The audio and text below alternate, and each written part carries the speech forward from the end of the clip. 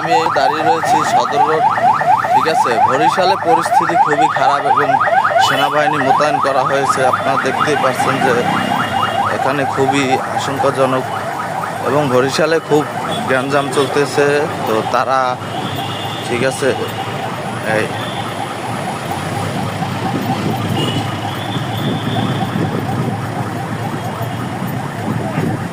সদর রোডে পুরো জ্যাম লেগে গেছে। বিজিবি, পুলিশ, সেনাবাহিনী, র্যাব, নেভি এরা ডিউটি পালন করতেছে।